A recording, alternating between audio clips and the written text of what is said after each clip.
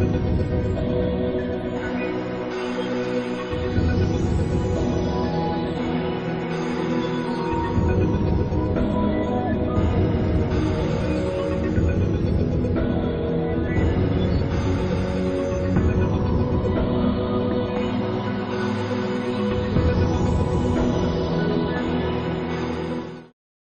alaikum, dear students. Welcome to the 25th lecture of Public Finance. We have covered a lot of milestones, as I have said again and again in this, and currently we are covering the government finance, basically, in which various incidents of taxes, and we were discussing that actually. In the last lecture we had a very interesting sort of discussion on incidents of tax. Incidence of tax, there is, as I said in the last lecture, there is a legal incidence and there is an economic incidence. Legal incidence, that legally who is bound to pay the tax, but economic incidence would be that in the end, where does the burden of tax go to? So, and also related to that, we also discussed forward shifting and backward shifting, basically the shifting of taxes. And forward shifting would be where the seller shifts the burden of the tax on the buyer, and backward shifting would be where the buyer shifts the burden of the tax on the seller. Then in terms of incidence of tax and all these shiftings that we were discussing, we took an example and we discussed that somehow it would not matter on who about the legal of incidence, that who is bound to pay the tax. Rather, it would be the economic incidence of the tax would be not depending on the legal incidence as such. It would be depending upon, for example, the elasticity of demand and the equilibrium prices and quantities and the magnitude of the tax. And so it is not the legal incidence which defines in the end that who bears the burden of the tax. In order to do this, to discuss this, we consider the example of gasoline, in which in like a few lectures back we discussed an example where the seller was taxed and the burden was distributed among them, and there was a gross payment and a net payment.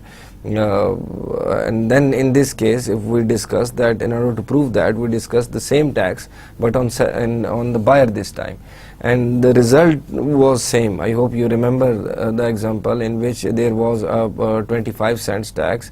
Previous price was on $1 of equilibrium, and the equilibrium price was $1. And after that, the net price received by the seller was 90 cents, and the gross price paid by the buyer was $1.15. And actually what was most interesting was that in both the cases, whether the buyer was taxed by 25 cents or the seller was taxed for 25 cents, the result was same. So out of this we extracted that economic incidence does not depend on legal incidence actually.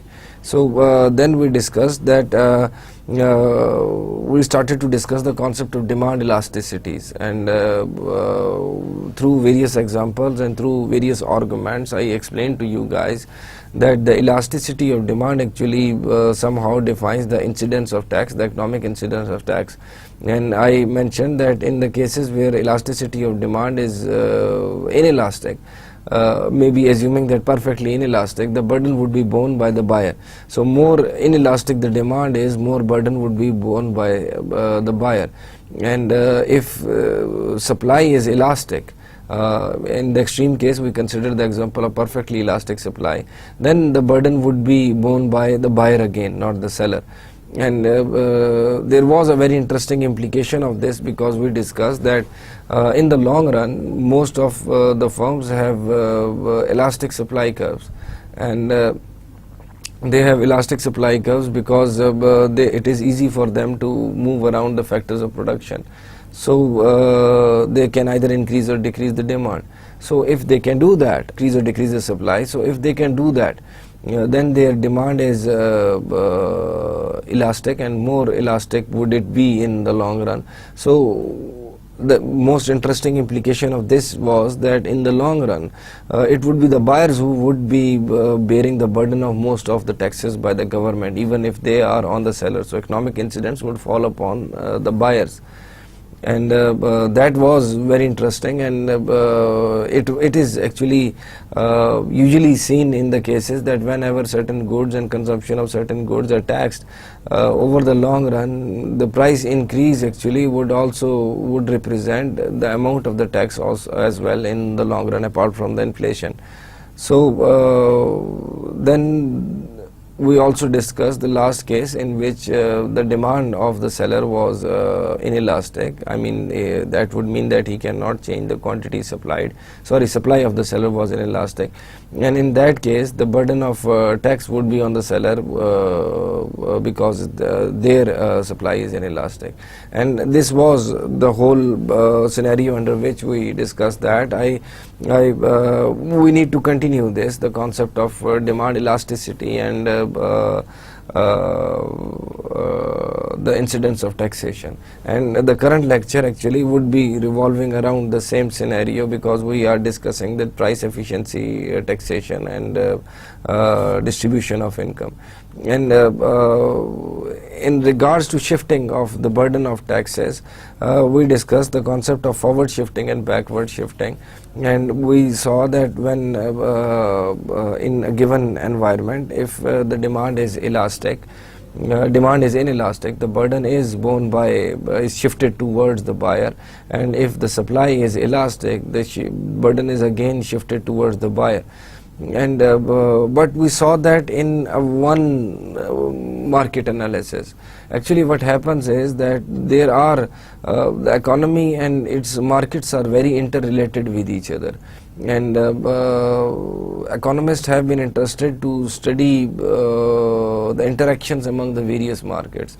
The concept of general equilibrium actually poses the concept, the phenomena, that if one market is in equilibrium, then if two or three markets are in equilibrium, then mostly all the markets are in equilibrium. Basically they are considering four broad types of market: labor market, money market, goods market, and maybe one other. So the point was that if we consider the markets working together with each other, then a distortion in one market might result into a distortion in another market. So when one good is taxed and another is not taxed, the impact of tax is not confined to the taxed good only. This can be discussed in two scenarios. For example, if one good or one sort of a product or one group of products is taxed, then the other one is not taxed. So there would be a substitution as well as income effects. People would substitute the relatively expensive product for other products, so there would be increased demands over there. There would be a reduced demand for labor and factors of production in this market, where they are reducing the quantity being produced, and in the other markets which might even not be associated to this directly. So in their case the demand would be increasing, and there would be demand for more factors of production over there also, and since they need to increase the quantity now. So there is a dynamic scenario in which markets interact with each other, and whenever one of the goods is taxed, the effect is not confined to that goods market only, it is transferred across the board. Now, since the tax on one good, as it is mentioned on the slide, lowers the profit that can be made to firms producing it, they may shift their productive resources, which I was discussing earlier, to the other good, so as to maximize their after-tax return in both of the markets in fact. Now this has the effect of equalizing the after-tax rate of return. Now let's assume that I own two types of firms, maybe for example one firm in the food industry and the other firm in, for example, clothing industry, which would be the example that we will be discussing while we move on with this lecture. Now if I am owners of these two and the government has taxed food, for example, so I know I need to reduce its supply, because the supply curve would shift upwards and towards the left, and there would be reduced supply of that. Buyers would be demanding less of the food, so quantity is reduced. Now there are certain resources that are free over there in terms of capital, in terms of labor, any way you consider. So those resources can be shifted to my other industry. What I need to consider is that I only need to maximize my after-tax profit from both the industries. So I can shift resources among them. So this is actually, even if the owners are not the same, but it does take place because resources can freely move among various industries. There are certain constraints on that also, which we will discuss later on, because certain industries need specialized type of labor. So if there is a specialized type of labor trained in one sort of skill, and they might be earning higher incomes over there, but when they move to another industry where their skills are not applicable, so in that case they would be earning a lower level of wage over there. Now, so as I tried to explain, as I tried to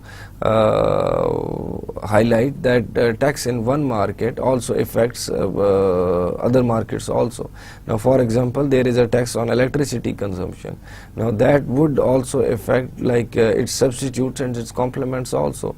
There are electrical appliances that are used with electricity. Now, they would be, if electricity is being taxed, so that would mean that there would be lesser demand for it, its consumption would reduce. If its consumption would reduce, then automatically consumption of other electrical appliances which actually use electricity, their consumption would also be reduced. On the other hand, if natural gas is readily available and it's cheap, so maybe people might start using that as a substitute for heating or for cooking, while we're considering that they were using electricity.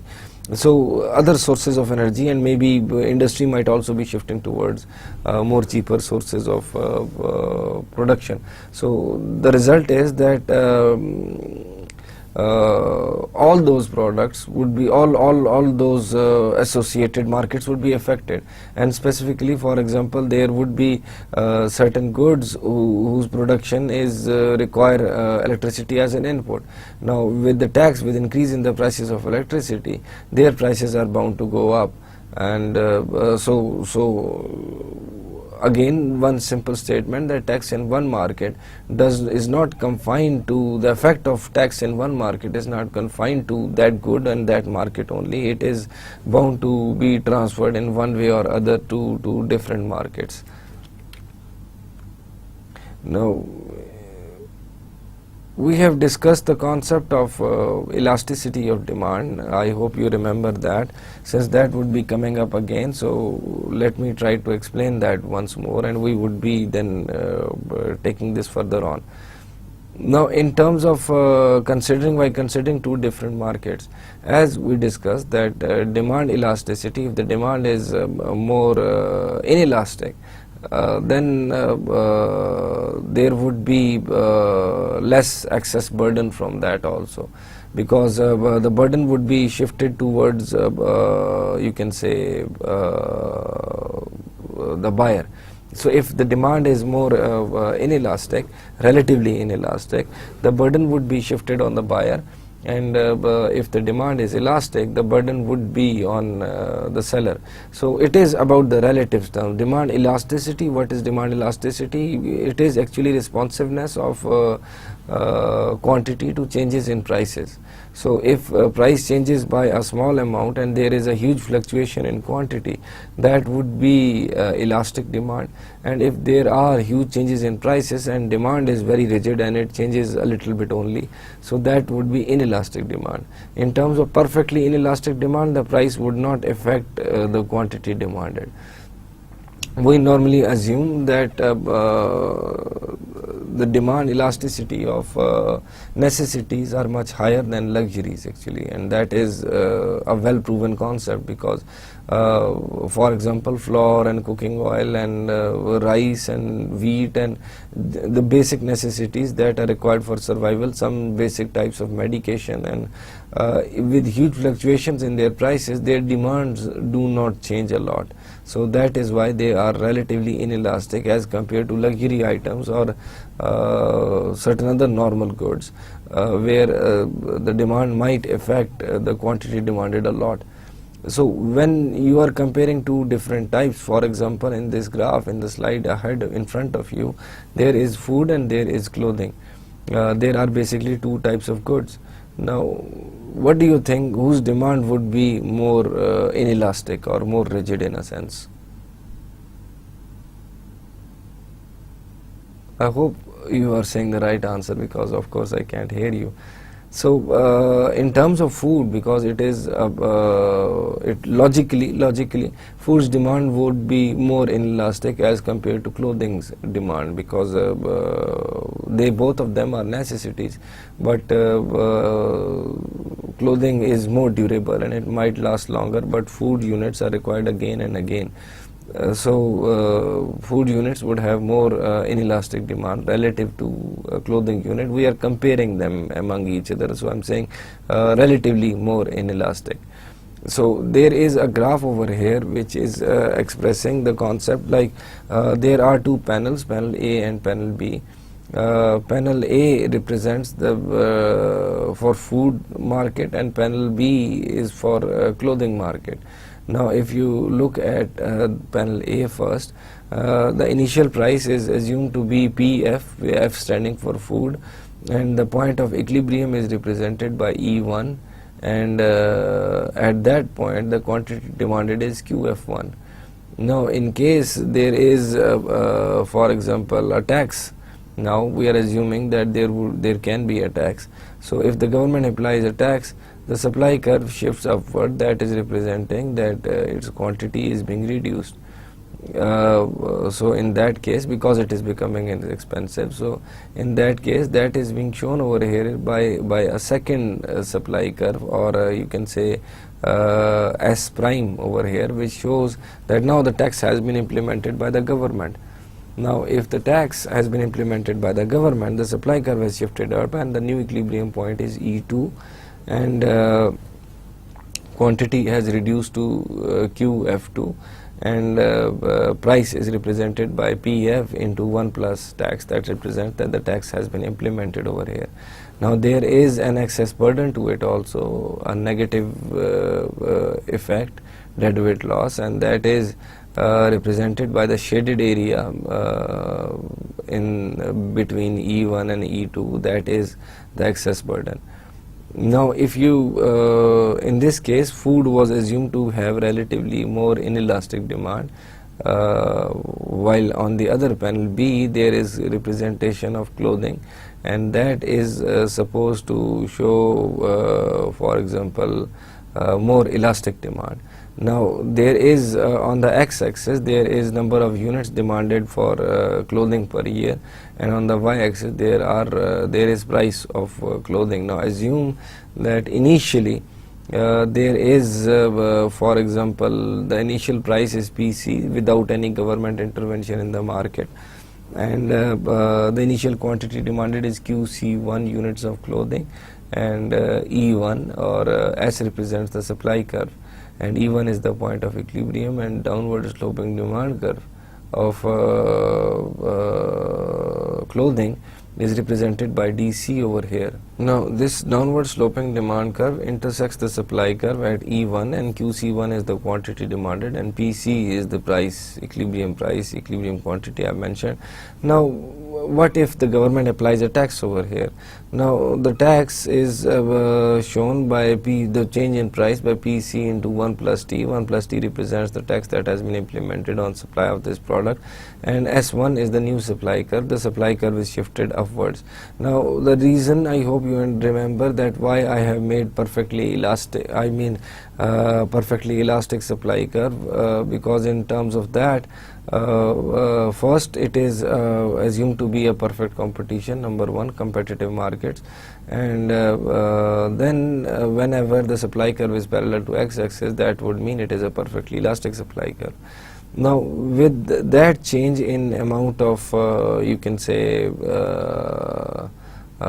with the price of the product in terms of after the tax price, so now the demand curve shifts up, the supply curve shifts upward where there is no change in the demand curve, but then the quantity demanded reduces from QC1 to QC2, and the price increase is also represented over here. Now this new equilibrium point represented by E2. I hope you can see the stark difference between these two panels in panel A and panel B. There are excess burdens in both of them, and for example, A's excess burden is E1 E2A and B's excess burden is E1 E2B. Now where does the difference lie? Well, basically the excess burden in A is much smaller than the excess burden in B. Now what might be the reason for that? Because if you look at the demand curves, A is more relatively inelastic as compared to B. So the demand curve of food is relatively inelastic as compared to B. So there is a greater excess burden involved in food where the demand is inelastic. In clothing where the demand is elastic, and there is less excess burden where there the demand is inelastic. Now this has a very strong implication, which I guess I mentioned in the last lecture also, about the demand elasticity and about the fairness of taxation or the efficient taxation also. Now there is always a trade-off for the government or for the policy makers between equity and efficiency. Now if we look at these two markets comparatively, now what should be the aim of the government? For example, if government tax an industry, as we discussed when we were discussing the deadweight loss and excess burdens, and we had a deadweight loss ratio in which we found out that for each revenue unit of revenue generated by the government, this would be the amount of the deadweight loss. So the whole point is that if there is smaller excess burden or deadweight loss from one segment, and there is a greater deadweight loss or excess burden from the other sector, if I tax both of them equally, then which one should I tax logically? From efficient point of view, from efficient taxation, I should tax the one where the excess burden is smallest. Now look at these two. Now again, in this case, food has a smaller excess burden and clothing has a larger excess burden. So if I assuming that I am choosing to tax, for example, a certain amount and generate certain amount of revenue, the revenue in both the cases are same. For example, PC 1 plus T and the distance from PC is the same as PF into PF 1 plus T. So the total revenue generated by the government is same, but the effect on the markets is different. So what do I need to do? This has a very important implication. I would logically tax the good which gives me the lower amount of excess burden. This is what we discussed in terms of efficiency loss ratio also. So efficiency loss can be managed as goods are taxed at rates that decrease with the elasticity of demand. Greater the elasticity of demand, lesser tax there should be, because more inelastic demand is near high, and because more elastic demand when tax leads to a greater amount of excess burden. So logically, in terms of whenever a good has a more inelastic demand, there needs to be a higher tax on that. Now what do you think? This would be an efficient taxation, and we discussed that earlier, that efficient taxation is not always the optimal choice, because there might be lots of resistance against it. Even for example, in this case, the product with, for example, food had you can say more less very inelastic products of food were relatively inelastic as compared to clothing. Now that would automatically mean that the government should tax food items more when as against clothing. So now then there would be a debate on fairness of the outcomes.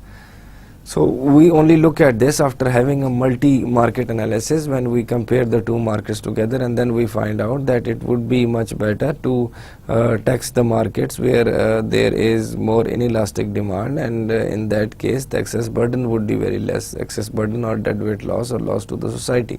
So it would be much better to tax the markets, or tax those markets where demand is inelastic. but then it can be debated on the grounds of fairness. Now, taking this one step further and further discussing the multi-market analysis and the incidence of tax. Now, for example, again consider two markets.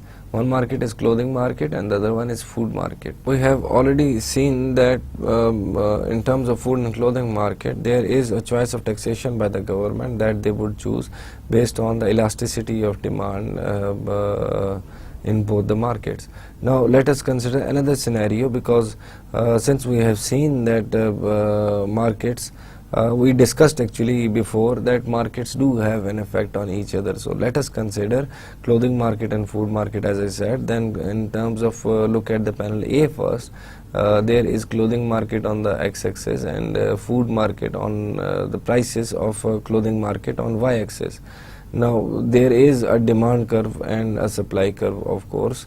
Demand curve is downward sloping and supply curve is upward sloping. Demand curve represents with decrease in price the quantity would be increased, and with increase in price the supply would be increased. So that represents the supply curve. So their point of equilibrium, the point of intersection, is represented by E1 over here.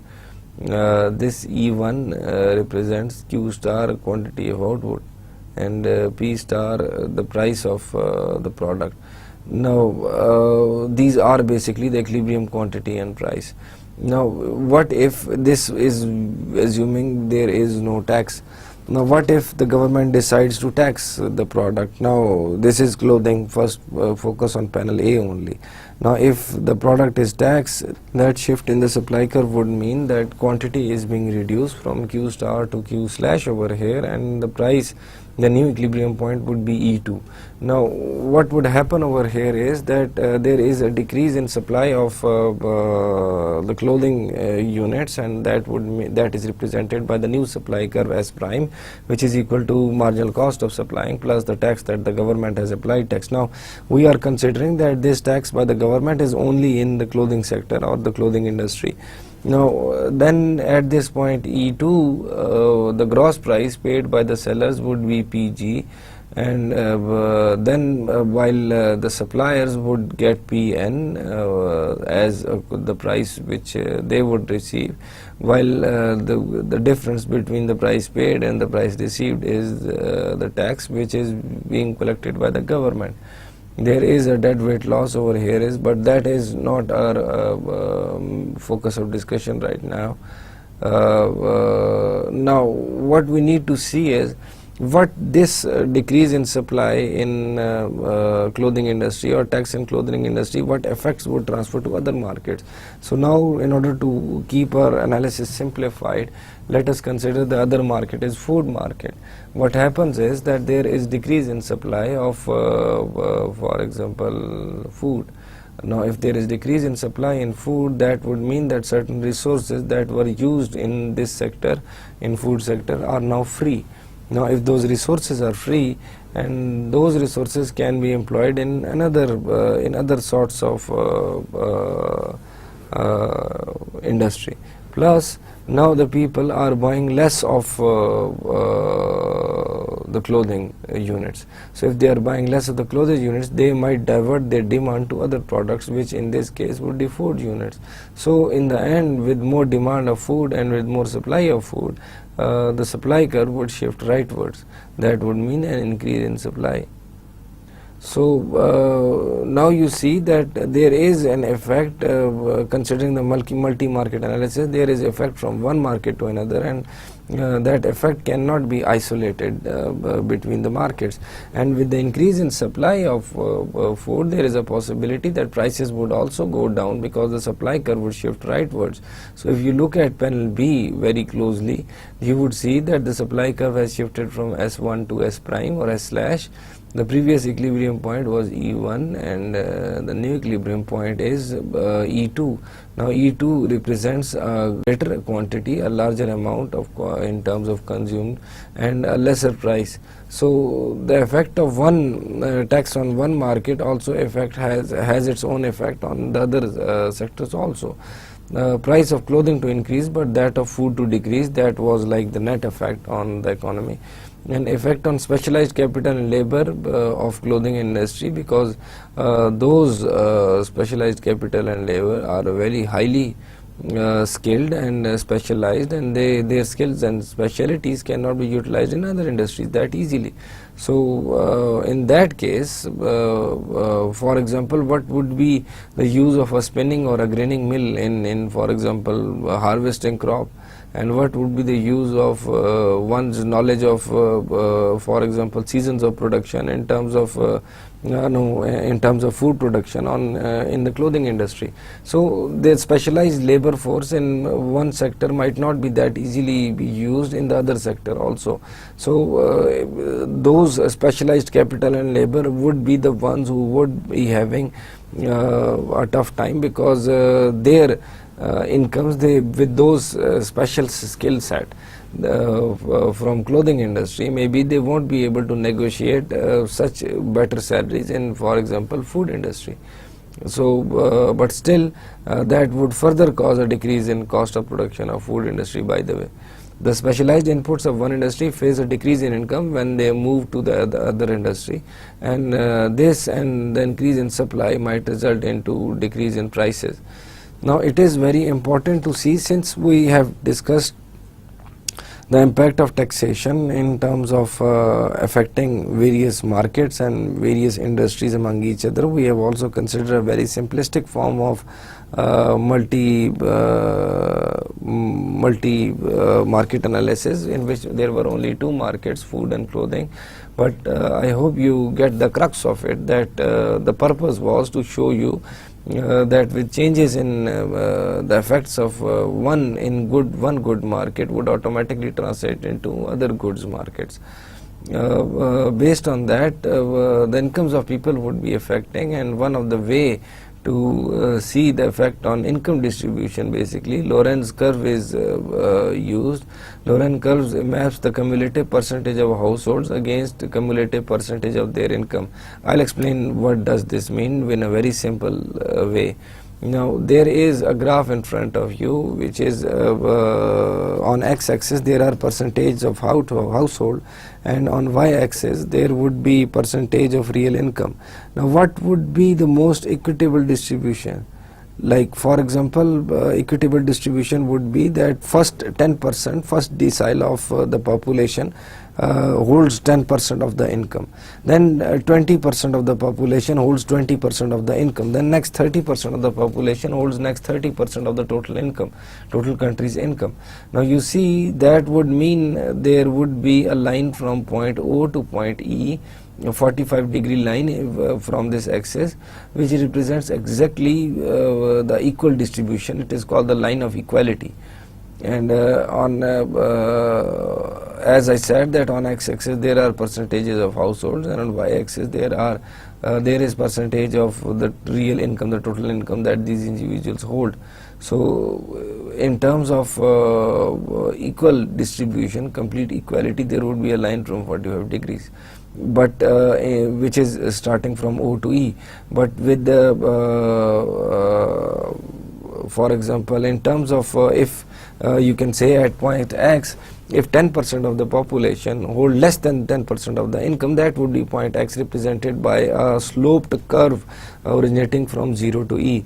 The greater the slope, the less equity in distribution there would be. So this curve below the 45-degree line, or area represented by A, represents the inequality in distribution originating from any reason. It is not debating the reason over here, it is just mentioning how equal the distribution is in terms of income. So area A represents the inequality in distribution highlighted along this line, X and Y. Y and X points represents the inequality in distribution. Then there is another concept. If you focus on area A and B over here, there is a Gini coefficient. The Gini coefficient is the ratio of area between Lorenz curve and the perfect equality line. Area A is the previous slide to the area under the perfect equality line, area A and B. closer to 0 represents equality in distribution, and there is a formula for that. G is equal to area A divided by area A plus B. Now closer to 0 it would represent equality in distribution, but normally I would assume that the distribution would not be, there is no country with like which falls around perfect equality line, and it would be very useful to see to formulate a Lorenz curve and this Gini coefficient for after tax income of the people, to see if taxes are equitable or otherwise, because we have been discussing equity a lot, and it is a very important parameter. So if there is equity in taxation, then the result should be your for example taxpayers are lying very close to the line of equality in a country. Now moving on to the next area in terms of government finance, I would like to discuss certain topics over here. Before we move on, we need to highlight certain key terms which are very necessary. I hope we can finish the government finance part as soon as possible, because then we have to move to, for example, other we have to move to other topics, like, and specifically about the economics of finance of public finance of Pakistan. I want to take you from the historical footings to the latest trends, and let's discuss that. I hope to finish this as soon as possible. So in terms of budget terms, there is a budget surplus exists when tax revenues are greater than the expenditure, and there is a positive difference between two. I hope you already knew that. There is a budget deficit when expenditures are more than are greater than the tax revenues, and the difference between the two is of course a budget deficit. The national debt is the sum of deficits minus the sum of all surpluses. Now we will discuss this again, but let me pinpoint certain things. There are very critical debates over whether the government should have a surplus or a balanced budget, or a deficit is also fine. Then it depends on the spending pattern of the government and on the scenario of the country also. We'll discuss that.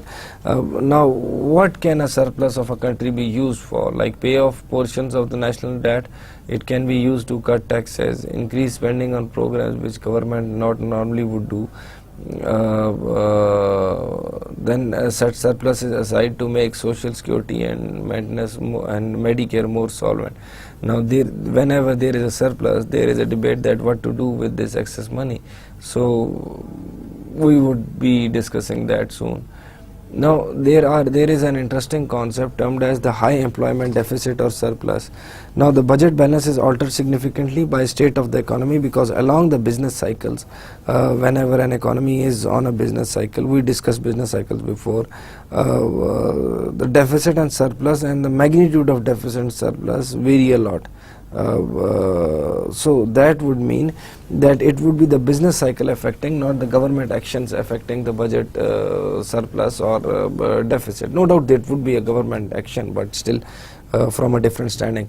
If GDP is rising quickly, then fewer people are drawing on the welfare state and more are paying taxes. So that would mean that surpluses was accumulated. Now that was because of a higher cycle of the economy in terms of when it is going towards its peak. Now then there can be cases, for example, where there can be cases where the economy might be going down and there is higher level of unemployment, and there is budget deficit might turn up. Now there is a generic concept, and it is of course an economic school of thought also, that these deficits and surplus take part as an automatic stabilizers in the economy. Automatic stabilizers are very important, because when the economy is overheating, for example, surpluses are being generating, then there would be more taxation by the government, and buying power would be reduced, and economy would go down. People are earning higher incomes, they are not drawing on social security, government taxes more, because now people can pay taxes, and that would automatically harness the economy.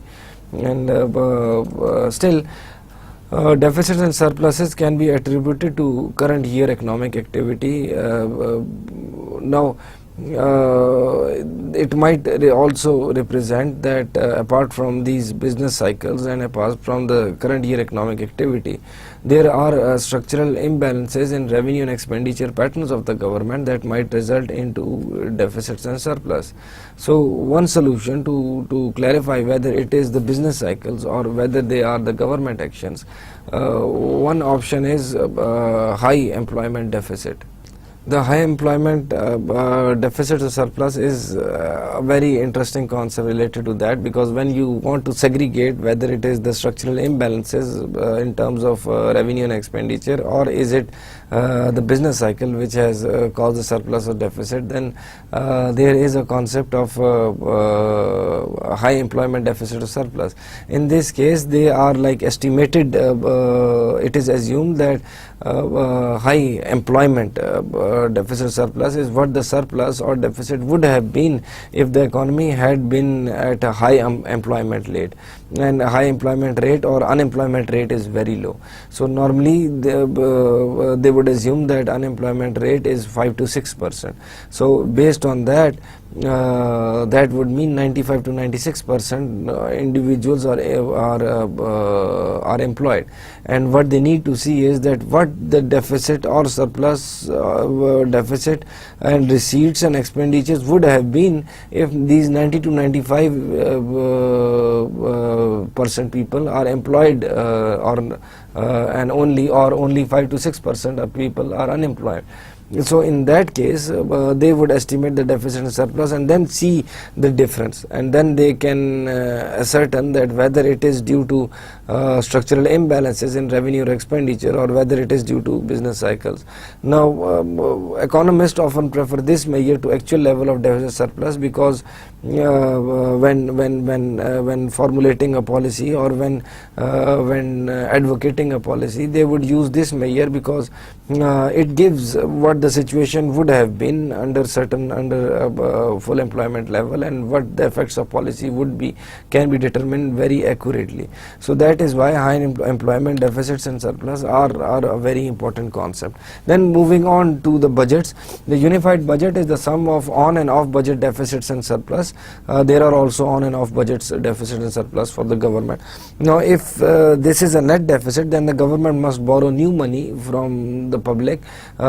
When the government goes into deficits, it has these deficits and surpluses have their own implications. As I said, that we have discussed that when the government runs into a surplus, what it should do with the money, whether it should reduce its debt, or whether it should reduce the taxes, and whether it should give it to, for example, social security for better support for the poor. So where should that money go?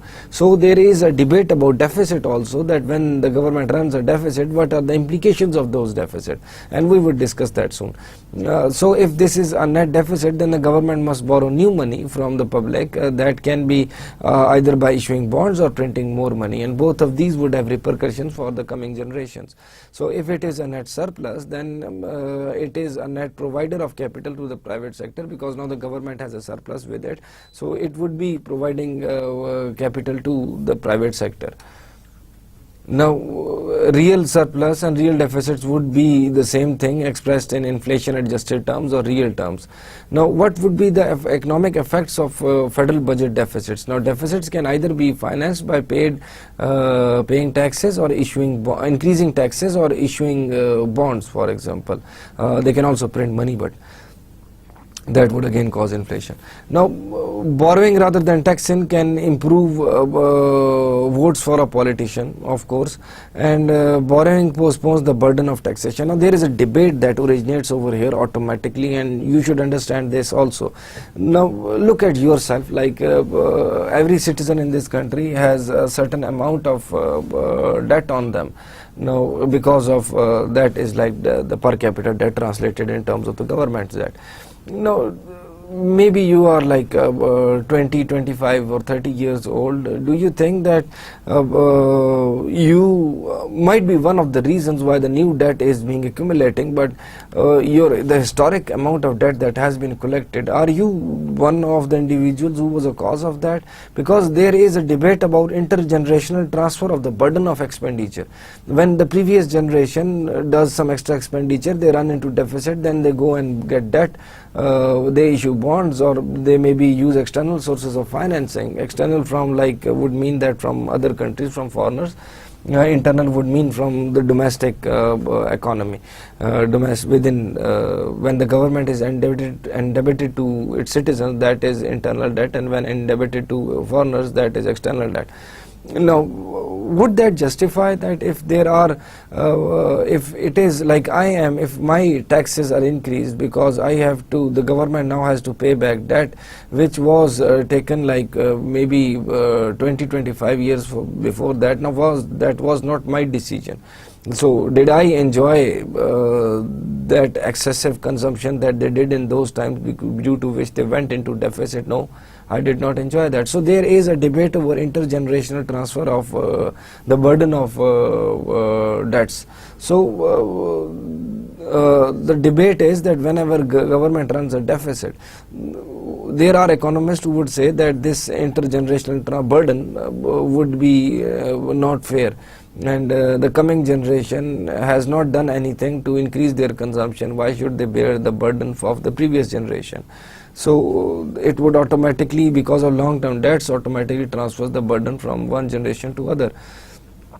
So these deficits, because of deficits, if even if the deficits are financed through increase in taxes, now that would be again if the government borrows and then later on when they need to pay it back, they increase the taxes, then again the burden is transferred to the next generation. So why should they bear that burden? There are certain economists who would believe that the tax budget should be completely balanced. Because this rule is the transfer of burden on the next generation is unfair. There are economists who would believe that if, for example, it does not depend whether it is a deficit or surplus, it depends on why that deficit is over there. If that deficit is, for example, let's assume if that deficit is for there to build schools or dams or hospitals, then that deficit should be there, because the next generation who would bear the burden of that deficit or to finance the debt that comes out because of that deficit, not only would they bear the burden, but they would also get the reward in terms of higher productivity. They would be a better educated and healthy population in terms of expenditure on health and education. So they would be giving the productive gains that are necessary. So the debate if this about deficits can be financed or taxes by financed by taxes or issuing bonds, that debate not only revolves around the current politician's stance, because if he for example borrows rather than increasing the tax rates, then his political stance is improved. But if he taxes because he does not want to put the burden on the next generation, then that would be the case where his political stance would be weaker. So there is always a trade-off in every economic question that we discuss. Now, when there is again what would be the effect of government demand for borrowing on the market? Now, this is because whenever the government goes into a deficit, there would be effects on the market also. The cost would not be borne by the future generation only, there would be effects on the current generation also. So let us consider this in terms of the theory of loanable funds. Actually, the amount of loanable funds is put on the x-axis, and the rate of interest is defined on the y-axis, is scaled on the y-axis, and there is a supply of funds that is available in the market, and there is demand of funds, that is that how much loan is demanded by the private sector and by the government. And the point of equilibrium represents that this much loanable funds would be loaned out, and in terms of quantity demanded, and this would be the price of those funds in terms of the interest rate. Now considering this scenario, if government demands more funds, that would increase, that would shift the demand curves outwards or rightwards, basically showing the increase in demand. So in this graph there is a demand curve of loanable funds without any government intervention or government government interest in the funds right now. So there is a demand curve representing D1, and there is a supply curve represented by S. There is a point of equilibrium, of course, which represents that L1 is the quantity of funds that is being demanded and supplied, and I1 is the interest rate in the market. Now when the government walks in and they demand more funds, then the demand curve would shift outwards, and that outward shift would be represented by D1 plus change in DG. DG is representing the change in government's demand. Previously the original demand curve D1 represented the total demand of loanable funds including the government, but now the government has increased, so it would represent by change in DG, demand by the government. Now there is an increase in loanable funds from L1 to L2, and there is a outward shift of the demand curve as also represented in the increase in interest rate. Now this from this perspective, it seems very right that because of the government's increased demand of funds, there is an increase, for example, increased interest rate. Then there is a theorem of presented by David Ricardo, which is Ricardian equivalence theorem, is the view that deficits do not alter interest rates. Why? Because when the government is going into deficits, now the citizens see that the deficits today will be financed with higher taxes tomorrow, and so the citizens save more in order to pay those higher taxes. I hope you understand the concept, that if, for example, I today, that was the concept of Ricardian equivalence, says that if I see that government is running a deficit today, so being a rational citizen, I would automatically know that the deficit today would be financed by a higher tax tomorrow by the government. So if the government is going to increase the higher tax tomorrow, I should save to pay that tax right now. So I would save money right now. So that would automatically mean the very interesting concept that not only demand curve shifts outwards because of government, but supply curve also shifts outward, representing an increase in quantity supplied. Now look at this scenario over here, is showing the Ricardian equivalence, because the concept is that deficits do not affect the interest rates and in the market. Now first consider the, for example, D1 demand curve, and S is the supply curve. Now because of this, the equilibrium point is L1, and initial demand, initial price of the loans that is being provided is I1. Now if the government goes into the deficits and it plans to borrow from the market, then the demand curve, the new demand curve of the government would shift rightwards, and that is represented by D1 plus change in DG. Change in DG, as I said, represents the change in government demand for loans. Now the government has issued debt, and it is getting a loan from the private sector maybe, and that reduces the private sector's the total loanable funds available, and due to the shortage in quantity, the prices go up, and the new interest rate is I2, and the new equilibrium point is E prime. You see this, up to this point we have exactly traced the footsteps of the last graph, we said that when government demand increases, the demand curve shift outwards, and with that outward shift, the new equilibrium point and is represented, and I2 is the higher interest rate, and L2 is the quantity demanded, which represents the change in, for example, the increase in demand for loans. Now, what would happen? Ricardian equivalence theorem states over here is that when people see this increased demand for government loans, what they would do is they would save more money, because they would realize that tomorrow maybe, or maybe in next fiscal year, or maybe sometime after that, government is going to increase its taxes to finance this loan that they have borrowed right now. So when they increase the taxes, that burden is going to be borne by us. So if that burden is going to be borne by us, we should save right now. So that would mean that supply curve would shift outwards, which is represented by S slash over here, and that S slash represents that there is increase in availability of funds, because people are saving now. There is increase in availability of funds, and the interest rates go back to its original level, which is represented by E2, and E double prime, double slash on top of it, and it is represented by I1, the same level of interest rate, and L3, the new level of loanable funds. Now, do you see, with those, say, increase in savings, now there is no shortage of funds in the market, and the interest rates automatically come down, and L3 is the level at which the quantity demanded for loans and is being supplied is L3. And E double slash represents the equilibrium point, and I1 is the old interest rate, which is now at a new quantity demanded.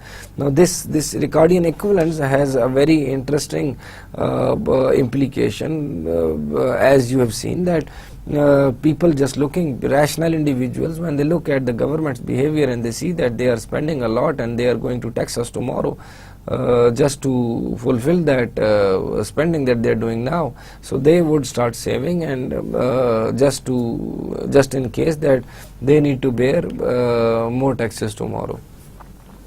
Now, then what would be economic effects of budget surplus? We were discussing the deficits over here, and in terms of deficit we had two concepts. One was Ricardian equivalence, and the other one was that the interest rates would increase. Now let us see what would be the effect of government surplus. Unified budget surpluses allow government to provide capital to loanable funds market. Now this is again an interesting implication. Now in this case, because government has excess fund, now the government is willing to lend out. So if the government is willing to lend out to an interest rate, that would increase amount of loanable funds available in the market. So now again, let me take you step by step. Now there on x-axis there are loanable funds per year, and the y-axis there is rate of interest. The first demand curve is D, which is the only demand curve represented over here, downward sloping demand curve for loanable funds at a given rate of interest, and there is an upward sloping supply curve which represents which represents the supply of loanable funds available in the market. And the original equilibrium point is E, where L1 of the loanable funds is being supplied and demanded, equilibrium point and equilibrium quantity, and I1 represents the equilibrium price, or the rate of interest. Now when the government has a surplus, now that surplus is given in the credit markets, and in terms of it gives out loans. So if it gives out that loan, that would mean that supply would shift out. So if that money is invested by the government in the credit market, the supply curve would shift outwards, and that would represent a new equilibrium point. That would mean that E slash, which is on the supply curve S slash, is equal to S1 plus change in loans. That would mean S1 would be the original supply curve, previous one, plus the government's funds that are now in the market because of their surplus. That has shifted the supply curve to the right. E prime or E slash represents that L2 is the quantity of loans that would be demanded, because now the interest rate is lower, I is I2. It is a common understanding that whenever there is a decrease in interest rate, the demand for loans automatically increases. So this is the impact of surplus in the market. Now these things are, this concept is very important, because budget balance, national saving and economic growth, an increase in the deficit contributes to a decrease in national saving, while an increase in a surplus contributes to increase in national saving. Increase in the deficits contributes to a decrease in national savings, savings by the nation as a whole, while an increase in surplus contributes to increase in the national savings. And actually increase in national savings increases the capital formation, because savings lead to investments, and when saving leads to investments, then there is an economic growth in the economy. So it is no doubt that basically the surpluses are from this implication on this slide, surpluses would contribute towards economic growth. But then there are economists who would believe that a deficit, if the government has borne that deficit, has run that deficit because of certain very productive development expenditures which would improve the productivity in the future, then that would also contribute towards economic growth. Then lower growth rates imply lower incomes for future generations. So if Ricardian equivalence holds, then this would not be the case, because lower incomes, while foreseeing lower incomes, people would save more in the previous generation, so there would be no lower incomes for the future generations. So but still deficits may also change political equilibrium, so that there are increases in the government infrastructure that can lead to increased future growth. That would mean, since if a government runs a deficit again and again, for example, for no good reason, unless it is the build-up of government infrastructure that can lead to increased future growth, then it would, if that won't disturb the political equilibrium. But if the government runs into deficit over certain expenditures which won't be contributing a lot in the future, then it would definitely disturb the political equilibrium. But the main thing over here is that on one end we were discussing the surpluses, and now we are discussing the deficits, because surpluses lead to economic growth in that case. But on the other hand, the point which I discussed over there was that it is assumed that deficits lead to reduction in savings and reduced, for example, income level for future generations. But over here we also see that if deficit is run because of government's expenditure on infrastructure, for example, building dams and bridges and motorways and schools and highways, and for example in any expenditure that results into a better and more productive society later on, then that deficit would contribute towards economic growth as a whole. Then what is net federal debt? The net federal debt is the portion of debt not held by the federal government. Before we move on to Pakistan's case, I want certain terminologies to be clear. Is the portion of debt not held by the federal government. Internal and external debt. The internal debt is the portion of the debt owed to our own citizens, and external debt is the debt owed to not our citizens, in fact the foreigners. Then the burden of debt, which I would be discussing, I have discussed this time and again, that people have to pay increased taxes to pay interest on that debt, and some may inherit the original bonds. Growth rates are reduced because of higher interest rates. Now that would mean that, as I said, that there is an intergenerational transfer of the debt. The burden of debt is, if not borne by, is not usually borne by the generation which takes out that debt. It is borne by the next or coming generations. These impacts can be offset by increased private savings of the generation that does the borrowing, or by the returns that come from programs that were funded by the borrowing. So if the generation that borrowed the money actually saves a lot, then they can sustain that, for example, burden of the debt in the future, because they have saved. Or if that project in which for which that debt was accumulated, if that starts to give returns, then the burden of debt can be reduced. As I discussed, that if investments and expenditures and deficit is run by the government, and for for productive projects which would improve the productivity of the economy as a whole, then or even of the specific sectors, then the debt would be useful. Now, what should be done with the surpluses? The debate comes back again, whether they should be social security and Medicare for medical insurance, or for any type of social security solvency. They should be used for tax cuts. There are other programs on which it can be spent. It can be used to reduce the national debt. Now the question is that what would be the political stance, for example, that if tax cuts now, but would that expenditure would those tax cuts be sustainable? And if that surpluses are to be used, for example, payment of national debt, that would be one of the options. But then if the spending is on other programs, what type of programs, whether those programs would be giving returns in the future or not.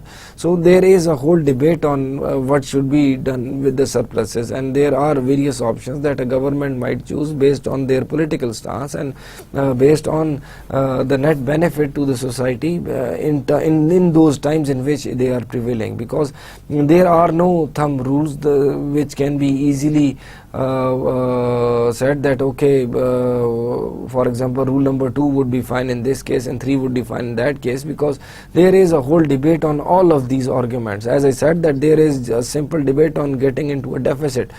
People would argue that deficits are good, and people would argue that deficits contribute to decrease in economic growth and productivity and a burden on future generations. So the debate about the use of the money for during the surplus is also very debatable, whether that money should be used to accumulate more capital for future productivity or future economic growth in the industry, or that should be used for the increasing the current consumption of the people, because through tax cuts, for example, their real incomes would increase and they would spend more in the economy, and by giving money in the social security also, that would again increase in the consumption or the reduced national debt also, but that would reduce, for example, interest payments in the future, and again there would be increased consumption.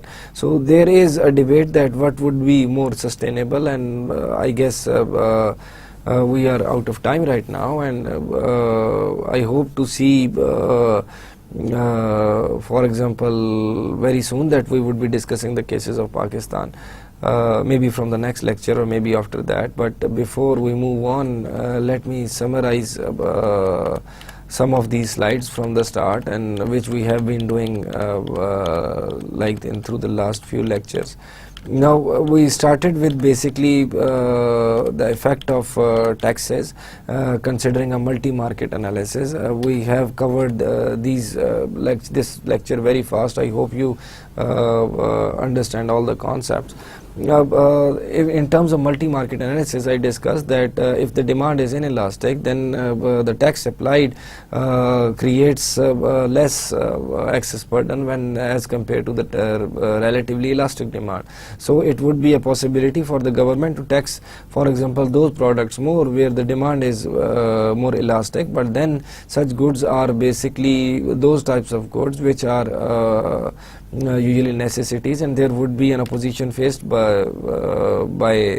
this case.